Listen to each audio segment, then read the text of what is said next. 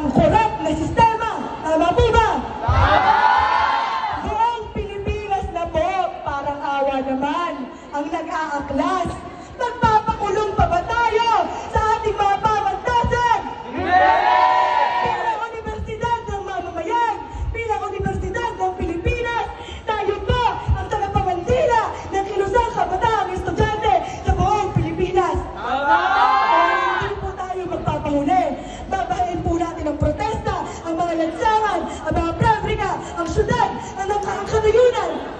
Pinapanawagan namin ang pananagutan sa pamilyang Marcos at Duterte. Kasama ang kasabwat nilang mga magnanakaw ng kabandang bayan. Sila mga nagpapayaman, nagbubulsa ng ating kabandang bayan, nagpapakasasa sa dugo at pawis ng mga naghihirap na ordinaryong mamamayan.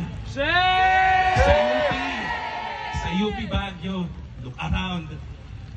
Ang daming mga hindi natatapos na infrastructure.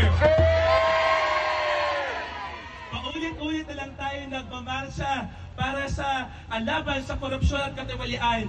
Ang perang dapat sana ay napupunta sa ating batayang serbisyo gaya ng edukasyon, kalusugan, pabahay, infrastruktura, sa pagkain at food sustainability. Pera na napupunta sa proteksyon dapat ng ating bawat constituent ng ating pamantasan. Pero of course, ito ay ibinubulsa lamang ng iilan. At tuloy-tuloy tayong lalaban pagkat hindi papayag ang mga scholar ng bayan na habang tayo ay walang classroom, sila ay nagpapakasasa sa milyones.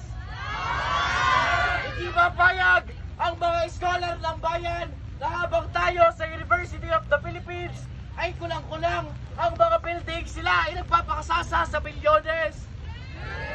Hindi papayag ang mga scholar ng bayan na habang bilyong-bilyong mga kabataan ang hindi nakaapak sa pamantasan ay patuloy tayong nilalakawan ng kinabukasan. Patuloy tayong nilalakawan ng kinabukasan ng mga nag-aharing uri na nagpapakasasa sa kanilang pera na ninakaw sa pondo ng taong bayan. Bayang gabi! Bayang gabi! Bayang ginuguto! Bayang ginuguto!